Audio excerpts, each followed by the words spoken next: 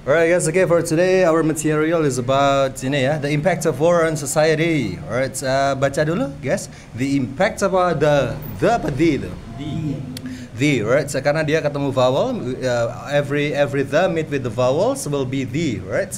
The impact. Kalau i ketemu sama vowel yang lain, sambung aja sama suara y, ya kan? The impact. Okay, the impact of war on society. The impact of war on society. Society, right? Okay, dampak perang terhadap society, masyarakat bisa juga disebut community, bisa juga ya. Kalau ada kata-kata community, komunitas, maksudnya masyarakat juga. Civilian berarti orang sipil. Ya, orang sipil, civilian, like that. Okay, bawahnya lagi guys. War profoundly. Okay, affect society. In myriad ways. Alright, so leaving indelible marks on the cultural, economic, and psychological landscape. Alright. War, perang ya, profoundly secara mendalam ya guys ya. Ingat kan, masih ingat ya? Karena sering muncul jadi ingat kita kan. Profoundly masih ingat ya? Profoundly mendalam, affect secara mendalam, what is it? Memberi efek, apa ya di sini guys? Mempengaruhi, mempengaruhi, effects. Kalau hasilnya namanya effects, EFFECT, effects, right? Kalau kata kerjanya itu pakai A, effects, right? Perang secara mendalam mempengaruhi society, masyarakat in myriad ways, dalam berbagai cara, leaving indelible marks, meninggalkan tanda yang tidak bisa dihapuskan, tidak bisa undeletable, guys. Indelible, you can say indelible. Ya, indelible tidak bisa terhapuskan, tapi secara kenang-kenangan nggak bisa terhapuskan. Indelible, right? Kalau umpamanya kalian ngomongin komputer atau ngomongin papan tulis, ini nggak bisa dihapus pakai spidol permanen, you can use indeletable. Karena indelible ini cuma sebagai tak terhapuskan, sebagai jejak atau kenangan, gitu guys ya. Apanya guys yang tak terhapuskan? Pada lanskap apa aja guys? Pada area apa aja? Budaya maksudnya gimana? Kalau perang guys, umpamanya kayak Candi Borobudur kebom, ya kan, anak cucu kita nggak tahu pernah ada Candi Borobudur. Maksudnya itu ya, biar paham ya. Prambanan segala macam ya. Dia juga menghancurkan meninggalkan jejak yang tak terhapuskan pada lanskap budaya, ekonomi. Kenapa kok berimbas pada ekonomi ketika ada perang? Of course, duitnya buat beli senjata, ya kan? Ya, buat beli senjata ya masyarakatnya hancur. Ya, kalian maunya ke bom ya hancur juga, guys. And then psychologist itu biasanya ini guys, what is PTSD ya, post traumatic gitu ya, post traumatic syndrome disorder itu loh. Orang habis ini loh, teman-teman pernah dibegal? Nah, tanyakan ke teman kalian yang pernah dibegal, rasanya gimana? Kayak keter gitu loh, tangannya tuh kayak keder, mau makan itu kayak gini-gini dia. Itu namanya PTSD, ketakutan. Padahal udah berlalu. Nah, itu yang tadi dirasakan juga ketika habis perang ya guys ya. Alright, psychologist, okay. Oke, lanjut dulu. Firstly, the destruction of infrastructure. Oh, mantap. Infrastructure, right? Okay, leads to a significant decline in economic productivity. Alright. Firstly, pertama-tama, berarti kalau kedua berarti apa? What is it? Secondly, thirdly, gitu ya cara makainya. Destruction, what is it? Penghancuran of infrastructure ya bangunan-bangunan ya guys ya, jembatan segala macam. Leads to a significant decline. Misalkan teman-teman mau nanya, boleh ya langsung ya. Leads to a significant decline, mengarahkan pada decline, alright. Decline itu penurunan yang signifikan berdampak in economic productivity, dalam produktivitas ekonomi. Jadi jalanan dibom, gimana caranya orang mau nganter jagung lewat, ya kan, nganter beras lewat gitu ya guys ya. Alright, and perang terbesar di dunia, what is it guys? World War II, itu gara-gara perjanjian Versailles yang menyatakan bahwa Jerman harus mengganti rugi biaya perang yang di Perang Dunia Pertama, dan itu memberatkan masyarakat sehingga Kaisar ini diruntuhkan, Kaisar Jerman ini diruntuhkan oleh siapa? Partai buruh guys, namanya Nazi, pemimpinnya namanya Adolf Hitler. Hitler itu dulunya dari kalangan bawah guys, dia pemimpin partai buruh sampai tinggi, sampai naik, dia menguasai negara, menggunakan semua sumber daya Jerman untuk menyerang. Kayak dia berontak gitu, nyerang. Pertama yang diserang Polandia. Dia berteman sama Jepang, sama Italia guys. Italia dulu Benito Mussolini, fasisme. You know fasisme? Fasisme itu adalah kekuasaan negara di atas segala-galanya, ya, otoriter. Tapi pada akhirnya kalah juga, ya kan? Kalahnya sama Rusia, guys. Karena mereka menganggap remeh Rusia pas waktu operational Barbarossa. Tahu Barbarossa? Yang dia mau nyerang Rusia dianggap remeh, ternyata kalah juga bukan karena kekuatan Rusia. Kira-kira karena apa? Karena cuaca dingin. Dia nggak ngitung bagian itunya, guys. And like I said yesterday, ketika hari pertama itu saya ngomong tentang apa bom nuklir kenapa diledakkan di Jepang, teman-teman tahu kenapa? Sebenarnya itu buat Jerman, lawannya kan Jerman. Tapi karena si Jerman udah kalah, kok bisa kalah? Kok kuat? Negara kuat kok bisa kalah? Karena Alan Turing pernah ngebajak pesannya. Jadi Hitler nih mau ngirim pesan kemana gitu ya, mau nyerang apa itu dibajak sama orang namanya Alan Turing dari Inggris. Akhirnya Jerman kalah sebelum waktunya, terus tapi Jepang ini masih Kaisar Hirohito masih masih pengen perang ya kan. Akhirnya coba deh nyerang Amerika, ini diem aja nih bocah ini. Loh, emangnya sebelumnya Amerika ikut-ikutan? Enggak, Amerika belum ikut, guys. Waktu Pearl Harbor dibom sama Jepang, Japanese, right? Pearl Harbor, and then they use the nuclear bomb to destroy Hiroshima and Nagasaki. Guys, actually I wanna ask you, tahun berapa Indonesia merdeka? Itu aja dulu. 1945. Actually itu cuman yang proklamasinya ya. Benar-benar merdeka kita tahun berapa? 19. Yes sir, 4 years after that. 10 November itu. 10 November. Kenapa ada ini guys di Surabaya? In Surabaya we have 10 November ya, museum ya. Itulah awal mulanya Indonesia benar-benar merdeka guys. Karena 45 itu dikasih kemerdekaannya dikasih oleh Amerika sebenarnya. Jepang pulang kenapa? Gara-gara dibom kan? Nah, pada pulang, kita proklamasi. Tapi yang pemenang perang ini Inggris, Belanda, Amerika itu datang lagi ke Indonesia tahun 46 ya, 1 tahun setelahnya. Karena Belanda datang lagi guys, Jepang kan udah kalah tuh, Belanda datang lagi, Bandung dibakar sama masyarakat. Itulah kenapa ada nama Bandung Lautan Api. Ya, belum diserang tapi udah dibakar duluan. Tahun 49 baru Inggris nyerang Surabaya anak-anak Tebu Ireng yang maju. Alright. Sekilas itu benar-benar kita merdeka perjuangannya itu setelah 45 malah bukan sebelum. Gitu guys ya, biar tahu sedikit ya, biar nanti ngobrolnya bisa alright aja bla bla bla gitu ya, jangan template ya, no template in this class, alright? Oke. Ini siapa yang milih? Pokoknya kalau susah salahin yang milih ya, jangan salahkan saya. Alright. Oke, terus what is it again? In productivity, firstly the structure of industrial leads to significant decline. Udah tadi. This economic downturn often results in widespread poverty and employment, exacerbating memperburuk ya social inequalities. This economic downturn, penurunan ekonomi often menghasilkan in widespread poverty, kemiskinan di mana-mana ya guys ya, udah jelas ya. Unemployment pada nggak kerja soalnya pabrik-pabrik pada dibom kan. Exacerbating itu lawan kata alleviate guys. Yang sering saya bilang alleviates meringankan, alleviates when you feel remek, you eat Panadol, alleviate your pain like that. But if you eat vodka, yang memperburuk gitu ya. Ya, it will be exacerbate. Apa sih? Gimana sih yang jelasinnya? Alleviate is meringankan. Nah, jelasin ya. Alleviate is meringankan, exacerbate is memperburuk ya. Alleviate make it good, exacerbate make it bad. Nah, like that. Social inequalities, ketidaksetaraan sosial. Semakin tidak setara guys antara orang kaya sama orang miskin. Kenapa? Karena orang kaya megang masih banyak sumber daya. Pabriknya nggak cuma satu. Kenapa makin nggak setara guys? Kalau kalian butuh kerjaan ya kan, ini dibom nih pabrik kalian, pabrik tahu maunya dibom, jeder. Saya punya pabrik di sini. Oke, gajimu tadinya berapa? 1 juta. Oke, kamu mau kerja di sini ya? Oke, habis perang ya. Oh iya, tapi di sini bayarnya 100.000. Kalau nggak mau ya udah.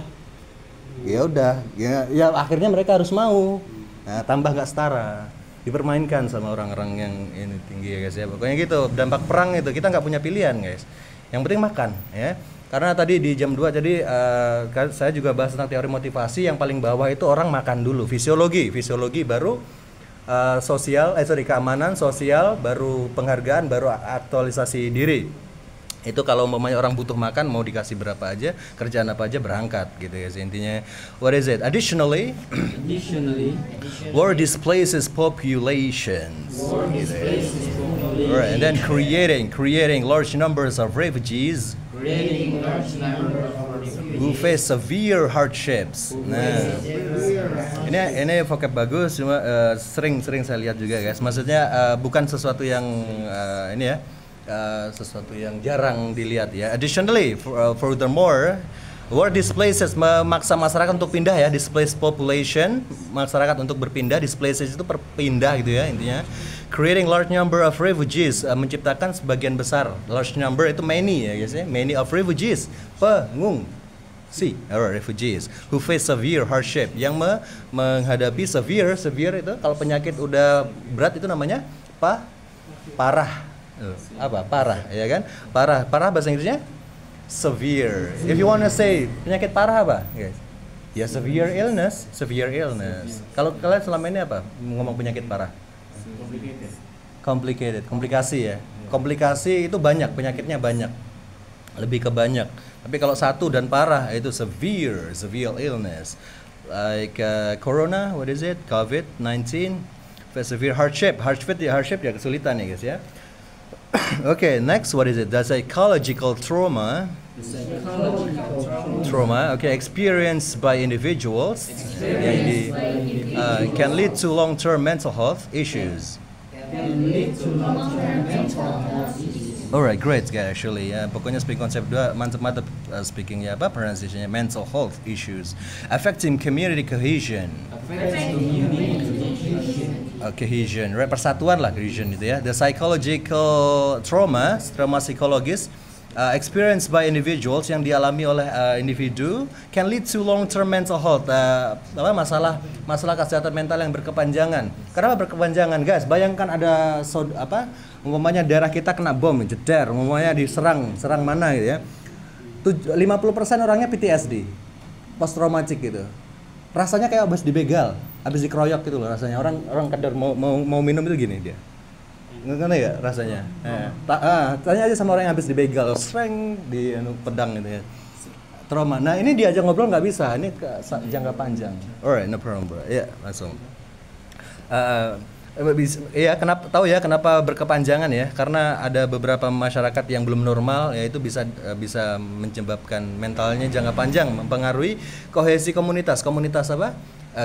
Kohesi persatuan ya guys ya, perekatan perasaan, mempengaruhi komunitas, kerukunan lah ya. Karena ya gimana orang lagi PTSD mau diapain lagi.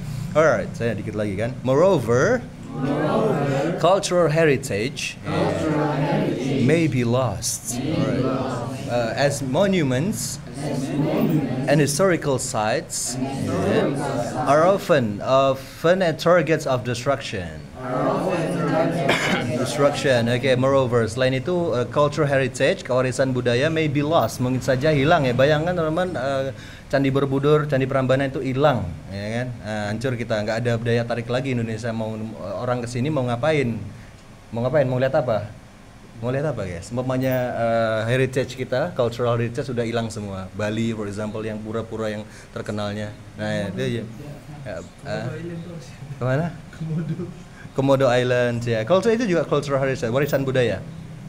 Warisan budaya dapat hilang as monuments, karena monumen and historical sites, situs bersejarah, are often targets of destruction, sering menjadi sasaran penghancuran. Okay? Makanya situs budaya itu dilindungi banget guys. Nah itu kekayaan negara kita untuk jangka panjang ya. Karena orang kesini juga nyari itu. Alright, and a positive note, notes itu juga bisa diartikan sisi ya guys ya. Some communities might come together. Alright, fostering resilience. And solidarity in the face of adversity. Okay, on a positive note, di sisi positif, some communities, beberapa komunitas atau masyarakat yang may come together, bisa bersatu, fostering resilience, fostering bisa memupuk, mendorong segala pokoknya yang meningkatkan gitu ya, resilience, ketahanan, and solidarity, solidaritas in the face of adversity, dalam menghadapi kesulitan. Kalau kesulitan itu yang paling ringan ini guys, pain baru misery, penderitaan, sakit, penderitaan, and then ini apa tadi? Adversity, ada paling tinggi guys, ini disebut azab ya. Bisa kita asal bahasa Inggrisnya apa, Sir? Tribulation, tribulation. Ya itu guys yang paling tinggi ya. Tribulation, kesulitan yang banget ya. Jadi ada tingkatannya, pain dulu, misery, what is it? Like ini apa tadi? Ini mana lupa terus, adversity, baru tribulation. Kayak dalam menghadapi kesulitan. In the aftermath of war, setelahnya itu konsekuensi ya. Ngomong kalau ada kata aftermath berarti dia mau ngomongin konsekuensi guys ya. Konsekuensi setelah perang maksudnya ya. Societies often grapple with the challenge of reconciliation and rebuilding trust.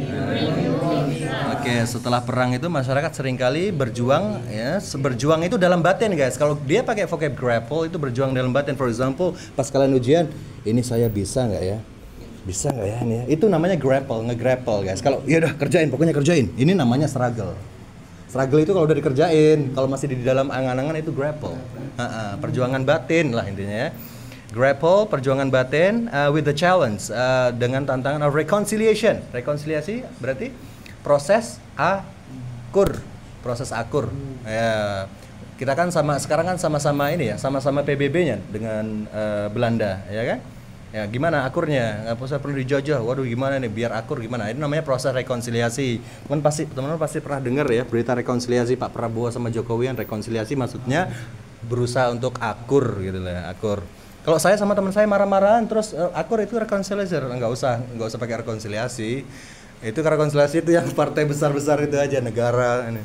Tapi bisa juga guys, ya bisa juga, no problem. Reconciliate gitu ya, dan membangun kembali kepercayaan, saling percaya ya. Setelah adanya PBB itu dibangun untuk biar gak ada perang lagi guys. Cuman masalahnya dia di belakang mereka ada siapa, itu yang gak usah diceritain. Alright. Membangun kepercayaan. Okay, ultimately, the impact of war on society is complex. Intertwining devastation, kehancuran besar itu, with opportunities for renewal. Ultimately, akhirnya, the impacts of war, dampak perang terhadap on society is complex, adalah kompleks ya, rumit ya. Intertwining saling terhubung guys, intertwining saling nyambung. Intertwining nyambungin apa? Devastation, kehancuran dengan peluang. Kehancuran disambungin sama peluang. Ya memang orang kalau habis hancur pasti mikirnya gimana caranya saya bangkit lagi. Maksudnya gitu doang ya. Kehancuran dengan peluang untuk pembaruan, renewal, pembaruan. Gimana caranya kita bisa bangkit lagi. Alright. Awareness and education. Education about the ini bahasa Inggrisnya apa? What is it guys? This, right? THIS bacanya this. Kalau ininya banyak, this. Yang ragu-ragu this ya, this. Kalau itu that, right? That ini those. Nah, gitu ya. Kalau satu tadi apa? This. This is my marker. This is my marker. These are my markers. Ya kan? Ya.